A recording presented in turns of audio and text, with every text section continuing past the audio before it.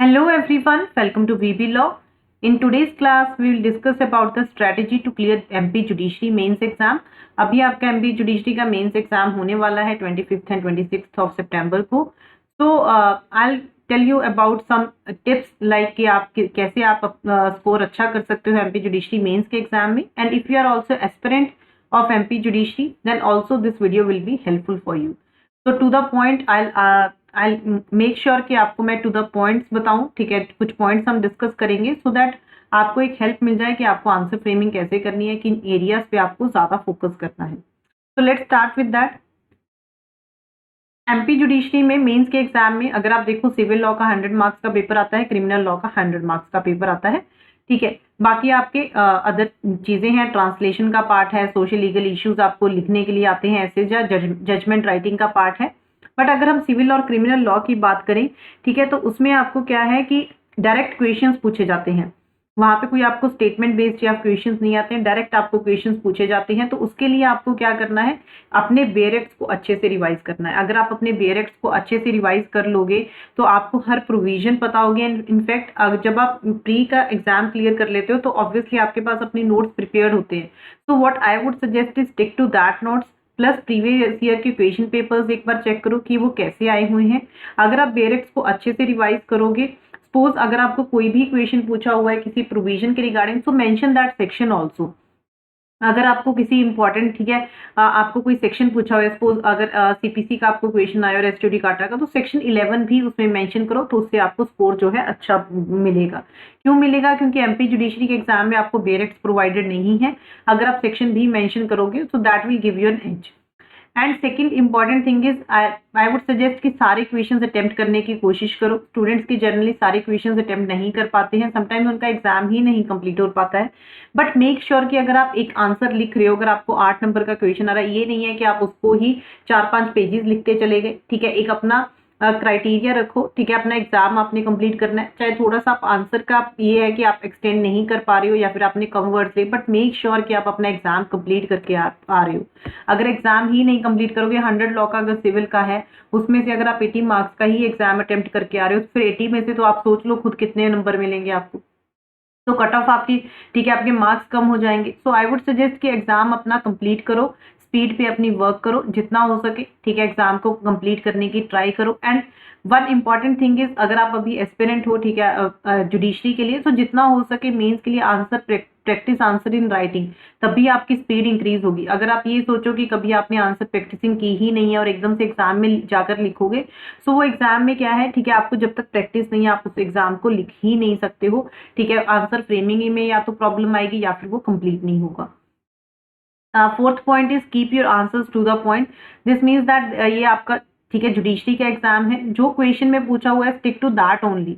ये नहीं है कि आप पूरा सेक्शन तो सब चीजें एक्सप्लेन करने बैठ जाओ. जो आपको क्वेश्चन में पूछा हुआ है उसी की चीज के बारे में लिखो. अगर वो चीज लिखोगे, टू द पॉइंट लिखोगे, थोड़ा इलेबोरेट करके, so that would be sufficient. वो चीज सफिशियंट होगी. ये नहीं कि आंसर लंबा बनाने के चक्कर में, ठीक है, पूरा सेक्शन ही आप एक्सप्लेन करने लग गए. ठीक है, सारा प्रोविजन ही एक्सप्लेन करने लग गए. And then important thing is write important landmark judgments. अगर तो आपको क्वेश्चन में ही लिखा हुआ है explain this with relevant case law, वहां तो आपने जजमेंट लिखनी ही लिखनी है. बट अगर कहीं पे नहीं लिखा हुआ है, आपको लगता है कि ये क्वेश्चन में जजमेंट डालना बहुत जरूरी है, ठीक है, अगर मैं ये जजमेंट नहीं डालूंगा तो यहाँ पे मार्क्स मेरे कट जाएंगे, अगर तो आपको आती है then that will give you an as.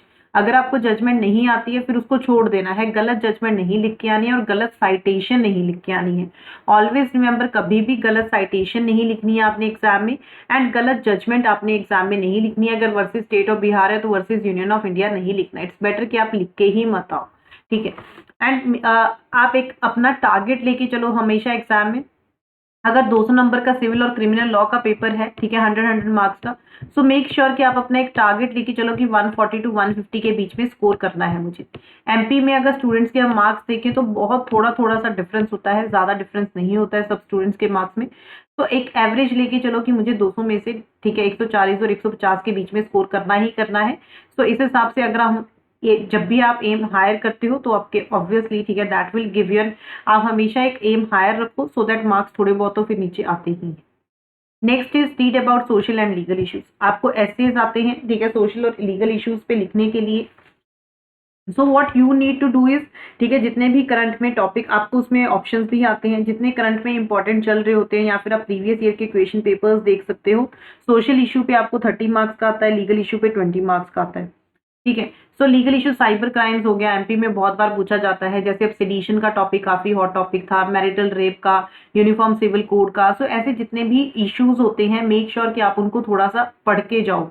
Newspaper के एडिटोरियल्स अगर आप पढ़ रहे हो, that is a very good thing. अगर किसी बुक को रेफर कर रहे हो, रिहंत की बुक आती है एसेस के ऊपर, कोई भी ऐसा, उससे क्या होता है कि आपको एक आइडिया हो जाता है कि मैंने अपना आंसर फ्रेमिंग कैसे करनी है। अगर आपने कभी प्रैक्टिस ही नहीं की है, थोड़ा सा उसको प्रैक्टिस करो, उससे क्या होता है आपका आंसर जो है अच्छा बनता है।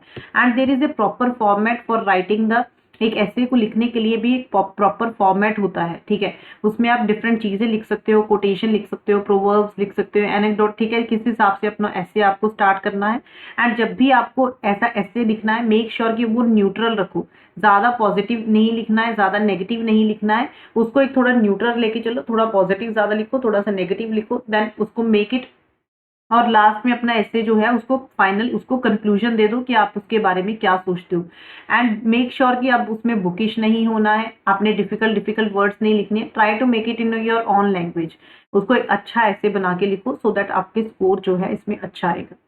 देन ट्रांसलेशन का पार्ट, ट्रांसलेशन जो है हिंदी टू इंग्लिश आती है, इंग्लिश टू हिंदी आती है, ठीक है। अब इसमें क्या है, ट्रांसलेशन में आपको कुछ लीगल वर्ड्स भी होते हैं, तो वो लीगल वर्ड्स की ग्लोसरी होती है, ठीक है। हर एग्जाम में अगर हम PYQs देखेंगे, उसमें वही जो है चीजें रिपीट होती हैं, 50, ठीक है, 50 वर्ड्स होंगे, वही चीजें अगेन एंड अगेन रिपीट होती हैं, तो उनकी एक लिस्ट बना लो, so that revise that daily, तो आपका जो है आप ट्रांसलेशन फिर इजिली कर सकते हो। Next is judgment writing. Judgment writing में स्टूडेंट्स को जनरली प्रॉब्लम आती है। What I would suggest for you to judgment writing is की, जजमेंट राइटिंग की एक बुक आती है रोवनजीत सिंह और अर्जिंदर कौर की, ठीक है। तो ये जो बुक है, this is very good book on judgment writing, आप इसमें से प्रैक्टिस कर सकते हो। मेक श्योर कि जो जजमेंट राइटिंग का, ठीक है, आपने फॉर्मेट है वो आपने जरूर प्रैक्टिस करना है। अगर जजमेंट राइटिंग का फॉर्मेट प्रैक्टिस नहीं करोगे, फिर आपको क्या है, ठीक है, वो चीज जो है प्रॉब्लम देगी। सो मेक श्योर कि आप जजमेंट राइटिंग का जो पार्ट है उसको अच्छे से प्रैक्टिस करो।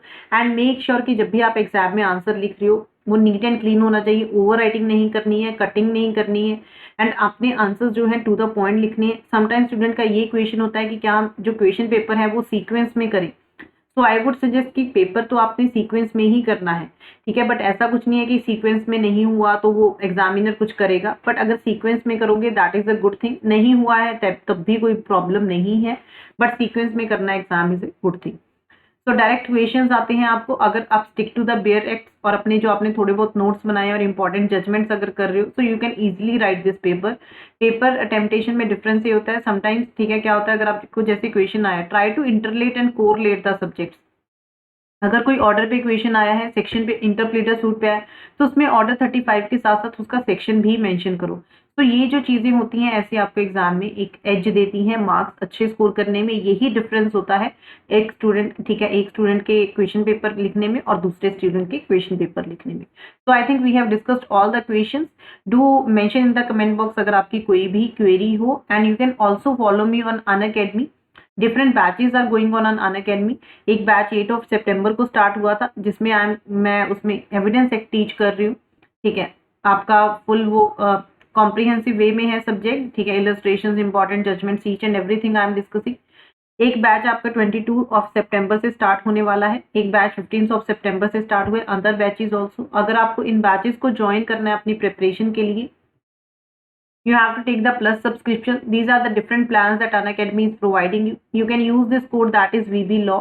You will get 10% off. अगर आप ये कोड यूज करते हो VB Law, आपको 10% ऑफ Unacademy प्रोवाइड करता है, एंड आप इंस्टॉलमेंट्स में पे कर सकते हो। जितना बड़ा प्लान लोगे उतना ही आपको चीप पड़ेगा। ये तो पेड क्लासेस हैं, एक स्पेशल फ्री क्लासेस भी Unacademy प्रोवाइड करता है, उसकी डिटेल्स आपको डिस्क्रिप्शन बॉक्स में मिल जाएंगी। Price hike is coming soon on Unacademy. You can see the current price and new price listing. 10% price hike होने वाला है 23 सितंबर से। तो मेक श्योर कि अगर आपको सब्सक्रिप्शन लेना है आप पहले ही ले लो, सो दैट आपको ज्यादा पैसे पे नहीं करने पड़े। And you can also follow me on the Telegram channel, link आपको डिस्क्रिप्शन बॉक्स में मिलेगा। Thank you so much everyone, do subscribe the channel, like and share it. Bye bye, take care.